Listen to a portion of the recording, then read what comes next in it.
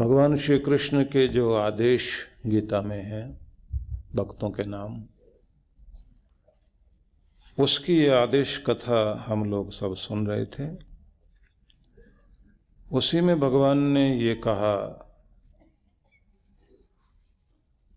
कल जब हम सुन रहे थे कि मेरे लिए तुम अपने मन को मुझ में एकाग्र करो और बुद्धि मेरे लिए स्थिर कर दो मुझ में, और तुम मुझ में ही निवास करेगा, बस जाएगा।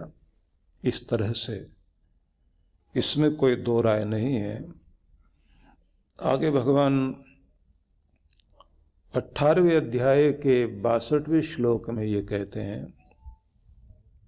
तमेव शरणम गच्छ सर्वभावेन भारत तत्प्रसादात् पराम शांतिम स्थानम प्राप्स्यसि शाश्वतम। पूर्ण भाव से उसी की शरण में जाओ, भगवान की शरण में जाओ। उस प्रभु की अहेतु की कृपा से तुम निश्चित रूप से परम शांति और शाश्वत धाम को प्राप्त कर जाओगे। इसलिए समस्त भाव भावना से उसी की शरण में जाने की चेष्टा करो। मतलब ये कहा कि तुम संपूर्ण अस्तित्व से अपने आप को अपने प्रभु में जोड़ने की कोशिश में लग जाओ। एक ऐसी चाह और ऐसी पीड़ा और ऐसी एक भावना जो छोटे से बच्चे में अपनी माँ के लिए होती है, और माँ का हृदय अपने बच्चे से जुड़ा रहता है। कुछ भी काम करेगी माँ, पूरा ध्यान उसका अपने बच्चे में होता है, और बच्चा भी अगर खेलेगा तो उसको ये समझ होती है कि मैं माँ से दूर ना चला जाऊं। भगवान और भक्त के बीच में इस तरह का एक तारतम्य बन जाए। लेकिन उससे पहले ये जानना जरूरी है कि हम भगवान को क्या समझते हैं, वो क्या चीज है। जिसकी शरण में हम जाएं वो क्या चीज है, हम उसे क्या माने, किस तरह से समझें। देखा जाए तो भगवान सर्वशक्तिमान, सबका दाता, दयालु, पतित पावन, हमारा माता पिता बंधु सखा, वो परम सत्य अविनाशी तत्व है, अव्यक्त सत्ता है। सार में हम कहें ये सारे गुण जिसके हैं, एक निराकार शक्ति है। उसका साकार रूप जो है ये समस्त ब्रह्मांड, ये विश्व है। और उसे जानने से पहले आप खुद को जानिए कि आप जो ये शरीर लिए बैठे हैं, ये शरीर वस्त्रों की तरह है। भगवान श्री कृष्ण ने इसको कहा, वासांसि जीर्णानि यथा विहाय नवीनान्य गृह्णाति नरोपराणि। शरीर को चोला कपड़ा ही कहा गया है कि ये आपने पहना हुआ है, और एक दिन आप इसको छोड़ देंगे, त्याग देंगे। जिस दिन जिसको ओढ़ा हुआ उसको आप छोड़ देंगे तो उस दिन फिर ये कुछ भी नहीं रह जाएगा। क्योंकि कपड़े शोभायमान तभी होते हैं जब आप उनको पहनते हैं, और वो आपको पहनने के बाद शोभायमान करते हैं। शरीर धारण किया हुआ कपड़ों की तरह से, और जिस दिन आपने इसको छोड़ दिया तो इसकी कोई वैल्यू नहीं है। आग लगा दी जाएगी या मिट्टी में दबा दिया जाएगा, राख करके भी पानी में मिला दिया जाएगा। जो पहनने वाला है वो कौन है? वो तुम्हारा चैतन्य है। ये एक नगरी है। इस शरीर को चोला भी कहा गया, इसे घट भी कहा गया। घट से मतलब होता घड़ा। घड़े को टूटने में देर नहीं लगती, टूट जाए तो उसके बाद वो मिट्टी मिट्टी है। इस शरीर को पुरी भी कहा गया, नगर कहा गया। इस नगर का जो राजा है, जिसके कारण ये नगर चल रहा है, यहाँ की व्यवस्थाएं चल रही हैं, यहाँ का शासन प्रशासन, यहाँ के नियम कायदे कानून के अनुसार इसमें सब चीज़ें हैं। यहाँ बिजली भी आ रही है, गाड़ियाँ चल रही हैं, सब चीज़ें हो रही हैं। इस नगर को छोड़कर राजा चला गया, कानून व्यवस्था सब खत्म हो गई, तो उसके बाद ये कुछ भी नहीं रह जाता। सब उसी के कारण है। जैसे आपके बल्ब जल रहे हैं, तार भी है, बल्ब भी है, लेकिन इसके अंदर एक और चीज है जिसे आप इलेक्ट्रिसिटी कहते हैं, वो ऊर्जा है। जैसे वो खत्म हो जाती है तो चारों तरफ अंधेर हो जाता है। तो बाहर का तार कुछ भी नहीं, बल्ब कुछ भी नहीं, लेकिन बिजली के आते ही पंखा भी काम करता है, ये माइक भी काम करता है। तो वो जो शक्ति है, जो पावर है, बिजली को पावर कहते हैं आप लोग, उसको बल कहते हैं, उसको शक्ति कहते हैं, उसको एनर्जी कहते हैं। तो ये जो पावर है, इसके आते ही बल्ब भी जलता है और आपका माइक भी चलेगा, पंखा चलेगा, सारी चीजें इसी से काम कर रही हैं। तो देखा जाए तो जिसमें पावर है और जो पावर का स्रोत बना हुआ है वो आपका आत्मा है, वही राजा है, वही इन कपड़ों को पहनने वाला, मतलब शरीर को पहनने वाला। लेकिन कहा यह जाता है, और समझने वाली बात भी है, कि आप शरीर देख सकते हैं, पहनने वाले को नहीं देख सकते। मतलब आप अपने आत्मा को नहीं देख सकते। ऐसे इस पूरे संसार को अपना शरीर बनाकर जिसने पहन रखा, पूरे ब्रह्मांड को, वो परम चैतन्य है। जैसे आप चैतन्य हैं, वो परम चैतन्य है। आप आत्मा है, वो परम आत्मा है। आप इस शरीर के मालिक हैं, शरीर के ईश्वर हैं, वो सारे जगत का ईश्वर, मतलब सबका मालिक है। जैसे आप भी अंदर दिखाई नहीं देते कि आप क्या हो। बच्चा रो रहा है, किसी के भी बच्चे रोते हैं जब उसके पिताजी चले जाए, माँ चली जाए, लेकिन उस शरीर को वो संभाल के नहीं रखते। उन्हें पता है ये पिताजी नहीं है, ये उनका शरीर है, मिट्टी है, ये तो इसे ज्यादा देर तक रखा नहीं जा सकता। और फोटो किसका है? वो शरीर का। तो जाने वाला जो था वो पिताजी गए, वो माताजी गई। अब वो गई तो वो तो दिखाई नहीं देती, आंख से निकली है, नाक से निकली है, या सिर के ऊपर से निकली है, या मुंह खुला रह गया। तो वो जो गया है उसे तो आप नहीं देख सकते ना। लेकिन जब शरीर में दोबारा लौटा है, क्योंकि कई बार ऐसा होता है कि चिता में शरीर रख दिया जाता है और फिर शरीर हिलने लग जाता है, फिर खड़ा हो जाता है आदमी। पिताजी फिर से आ गए, अब पिताजी फिर से आ गए तो उस शरीर में आ गए ना, इसी में से गए थे, इसी में आ गए। ये बिल्कुल ऐसे ही होता है। जैसे महात्मा एक खड़े हुए थे, उन्होंने एक बच्चे को देखा, वो दिया जलाकर लेकर आ रहा था। बोले ये ज्योति कहाँ से लेकर आए? बोले जहाँ ये जाती है। बोले कहाँ जाती है? बच्चे ने फूंक मारी, बोले जहाँ चली गई वहीं से लेके आए। और महात्मा चुप खड़े देख रहे हैं उसकी तरफ। वो तो पूछ रहे थे घर से लाए हो क्या दिया? बच्चे ने कह दिया वहीं से लाए जहाँ से ये आती है। बोले कहाँ से आती? बोले जहाँ जाती है। बोले कहाँ जाती है? फूंक मारी, यहाँ जाती है, वहीं से लेके आए।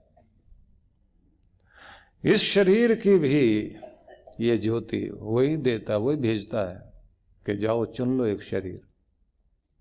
और हजारों आत्माएं आसमान में मंडरा रही होती हैं, शरीर को चुनने के लिए तैयारी कर रही होती हैं।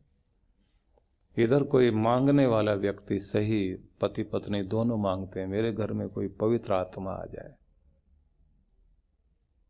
ऐसी आत्मा आ जाए जो मेरे कुल को धन्य कर दे। तो फिर एक कोई पवित्र आत्मा उस घर में आ जाए, और कोई राक्षसी भाव में रहा हो, वैसे विचार, वैसा ही कुछ फिल्में, वैसी चीजें देखता हो, और वैसी भावना बनी भी हो, पत्नी भी बहुत दुखी रही हो, और उसी स्थिति में उन्होंने संतान की कामना कर ली। और कोई भी आत्मा ऐसों को ढूंढकर, बहुत काम के लोग लगते हैं तो बहुत अच्छा लड़ते झगड़ते हैं, कलह कलेश में रहते हैं रात दिन, एक दूसरे के साथ बदला लेने को तैयार है, तो चलो हम भी बदला लेते हैं, इनका बेटा बन के लेते हैं, तो वो भी पहुंच जाएंगे। तो फिर लड़का आ जाएगा, लड़की आ जाएगी, लड़के आएंगे, जो लड़के आया लड़के रहे और लड़ता ही रहे, और फिर लड़ता लड़ता जाए और लड़ता लड़ता आपको विदा कर दे। ऐसा लड़का आ गया, ऐसी लड़की आ गई तो आपको नहीं पता लगता, लेकिन वो एक चैतन्य आ गया शरीर में, आपके एक माँ के गर्भ में आकर एक शरीर धारण किया उसने, और फिर उस दुनिया में आया। अब बाप बेटे के विचार नहीं मिलते, माँ बेटी के विचार नहीं मिलते, दोनों में बहुत झगड़ा है।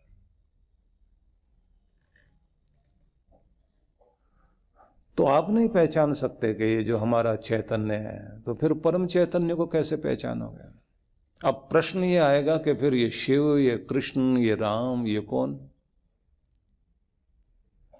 भगवान फिर अपने उस स्वरूप को अलग अलग समय में अवतरण करते हुए इस धरती पर जीवन कैसे जिया जाए, मर्यादाएं स्थापित करने के लिए राम जी आ गए, धर्म स्थापना करने के लिए आ गए, वचनों का पालन कैसे करना है वो दर्शाने के लिए आ गए, संकटों से कैसे जूझना है। उन्होंने भी कोई लॉटरी सिस्टम की बात नहीं करी कि ऐसे आंख बंद करके और जो महात्मा जी बताएं ऐसे आज ही लॉटरी लग जाएगी, तो ऐसा राम जी ने भी करके नहीं दिखाया।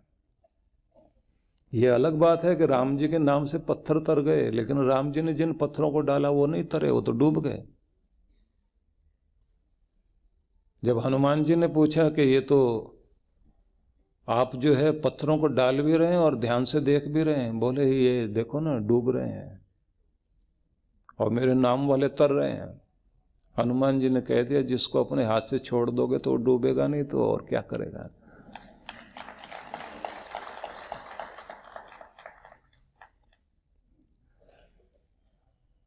तो पहली बात तो ये समझ लीजिए कि जो परम सत्ता है वो सर्वव्यापी सत्ता है, और जब उसका कोई अवतारी स्वरूप धरती पर आता है तो थोड़े समय के लिए आएगा, लीला करके फिर अपने उसी रूप में जाके मिल जाएगा। और हम सब लोग भी जो है उसी परम रूप में मिलने के लिए दुनिया में आए, वहां से जुड़ने के लिए। दिवाली में बहुत सारे दिए जलते हैं ना, तो एक दिया जल रहा है, फिर दूसरा दिया जलेगा, सबकी रोशनी साथ साथ हो रही है, पर कमाल क्या होता है, सारी रोशनी मिलकर एक हो जाती है, सारे दियों की रोशनी मिलकर एक हो जाती है। अब 60 मोमबत्तियां जलाई आपने तो 60 वाट के बल्ब जितनी रोशनी हो गई, इकट्ठी हो गई वो, लेकिन सारी रोशनी एक होती जाती है। सारे मिलकर के भक्ति करें तो सबकी भक्ति भी ऐसी होती है कि इसकी भी उसकी भी, फिर आपकी 60 बल्ब जितनी रोशनी हो जाएगी, और सारे के सारे इकट्ठे मिलकर के बोलें तो 1000 बल्ब वाली रोशनी एक साथ हो गई, तो उतना चांदना, उतनी लाइट, उतना प्रभाव, उतनी तरंगें, उतनी तरंगों की जो है वो जो बीम बनती है वो फिर ऊपर जाती है और ऊपर से आकर के फिर जो है टकरा कर आप पर बरसती है। और फिर उसका फायदा क्या होता है, एक छोटा सा बल्ब 0 वाट का जले तो वो उतनी आपको जो है रोशनी नहीं देगा, दिखाई भी नहीं देगा, उतना मार्ग नहीं दिखाई देगा, उतने आपकी चीजें प्रकट नहीं होंगी। सारे एक साथ बत्तियां जल गई तो आपका दिन का चांदना हो गया। सारे भक्त मिलकर एक साथ पाठ करने लग जाएं तो बस फिर समझ लीजिए 1000 वाट का नहीं 10,000 वाट का बल्ब जल गया, वो बीम ऊपर जाती है, वही असर फिर आप पर आता है। इसलिए कहते हैं सामूहिक प्रार्थना बहुत बड़ा काम करती है, सामूहिक साधना बहुत बड़ा काम करती है। घर के सारे मिलकर बैठ के प्रार्थना करें तो बहुत बड़ा काम करते हैं। तो अब आप ये समझ लीजिए कि योगी ध्यानी लोग जो भी आकार वाले रूप का शुरुआत में मन टिकाने के लिए ध्यान करेंगे, लेकिन आखिर में पहुंचेंगे कहाँ, उसी निराकार पर ब्रह्म में। आप जो है अपने मंदिर की मूर्ति में ध्यान लगाइए, आंखों में मूर्ति बसाइए, आंखें बंद करिए, आकार थोड़ी देर के बाद गायब हो जाएगा, और फिर जब आपको अपनी होश ना रहे और आप बिल्कुल ध्यान में चले जाएं तो आकार, रूप, रंग, ध्वनि, जो भी कुछ बाह्य चीजें सब खत्म हो जाएंगे। फिर क्या रह जाएगा, वही परम चैतन्य। इसलिए कहा जाता है कि भगवान कोई व्यक्ति नहीं है, शक्ति है। एक मजे की बात और है कि सब लोगों ने अलग अलग जगह जो है भगवान को मान लिया कि भगवान कोई, किसी ने कहा 4थे आसमान पर, किसी ने कहा 7वें आसमान पर है। मुस्लिम समाज मानता है, ईसाई समाज मानता है 7वें आसमान पर खुदा है, 4थे आसमान पर खुदा है। हम लोगों ने कहा वो क्षीर सागर में है, किसी ने कहा वो पर्वत पर बैठे हुए हैं। तो सब जगह आदमी जाता है, तो अगर हम हवाई जहाज लेकर ऊपर जाते हैं, सारे आसमानों के पार कर जाएं तो भी कहीं पर भी वो आसन लगा हुआ नहीं दिखाई देता। रॉकेट जा रहे हैं ना ऊपर, मंगल ग्रह तक जा रहे हैं, अपना भी जा करके वहाँ लेट गया, हमारा भी तो ग्रह गया था ना, गया तो एक चक्कर काट रहा है, एक वहां बैठा हुआ है, मतलब एक भाग। तो कौन से वाले आसमान तक पहुंचा था ये तो नहीं कहा जा सकता, लेकिन गया। अब ये भी कहा जाता कि फरिश्ते जो है, 4 फरिश्ते जो है वो तख्त को पकड़े हुए हैं जिसके ऊपर भगवान बैठा हुआ है। तो दूसरे मतांतर जो मानते हैं, मैं किसी एक का नाम नहीं लेना चाहूँगा क्योंकि आजकल तो 2 मिनट में नाराज हो जाते हैं लोग, इतने नाराज हो जाते हैं कि भगवान तो नाराज नहीं होता, मानने वाले बहुत नाराज होते हैं। हर गुरु जो है दूसरे को माफ कर देगा, चेले माफ करने को तैयार नहीं है, वो डंडा लिए बैठे हुए हैं क्योंकि उनकी मूंछ का सवाल है। कुछ अजीब तरह की स्थितियों में धर्म चला गया है, धर्म ही लड़ने झगड़ने का कारण बन गया आज के समय में। तो मैं आपको बता रहा हूं कि वो सवाल करते हैं कि साहब जो फरिश्ते लेकर खड़े हैं तख्त को, उसके ऊपर भगवान जी बैठे हुए हैं, तो वो फरिश्ते किस पर खड़े हैं? और वो तो ज़्यादा पावरफुल हैं जो भगवान को भी उठाए हुए हैं। तो बहुत तरह के सवाल लोग अपने अपने ढंग से, जैसे हमारे यहाँ के मान्यताओं पर सवाल करते हैं तो दूसरे दूसरों में मान्यताओं पर सवाल करते हैं। आखिर में समझ में क्या आता है? समझ में यही आता है कि जिस चीज़ की आप कल्पना कर सकते हैं और जिस चीज़ का आप आकार देखते हैं, रूप देखते हैं, सूंघ सकते हैं, चख सकते हैं, छू सकते हैं, वो सब इस संसार की वस्तु है। फिर वो क्या है? बोले वो नहीं दिखाई दे सकता, न पकड़ा जा सकता। इसलिए भगवान के लिए शब्द प्रयोग हुए अगोचर। गोचर कहते हैं जो इंद्रियों की पकड़ में आए, अगोचर जो हमारी आंख, नाक, मन किसी भी पकड़ में ना आए, वो अगोचर। भगवान को कहा असीम। असीम का मतलब होता है सीमाओं से रहित, क्योंकि हम सब लिमिट में जीते हैं। जो अनलिमिटेड है वो असीम है। परम पूज्य सद्गुरुदेव श्री सुधांशु जी महाराज के पावन सानिध्य में कोलकाता में परिवर्तन के लिए सत्संग कार्यक्रम की रूपरेखा दिनांक 20 से 22 दिसंबर 2024 प्रातः 9 से 11 बजे, सायं 5 से 7 बजे। विशेष 21 दिसंबर दीक्षार्थियों से साक्षात्कार प्रातः 11:30 बजे, सुंदरकांड पाठ दोपहर 12:30 बजे। 22 दिसंबर रक्तदान शिविर प्रातः 10 बजे, गुरु मंत्र दीक्षा प्रातः 11:30 बजे। स्थान science city auditorium, Topsia, Kolkata.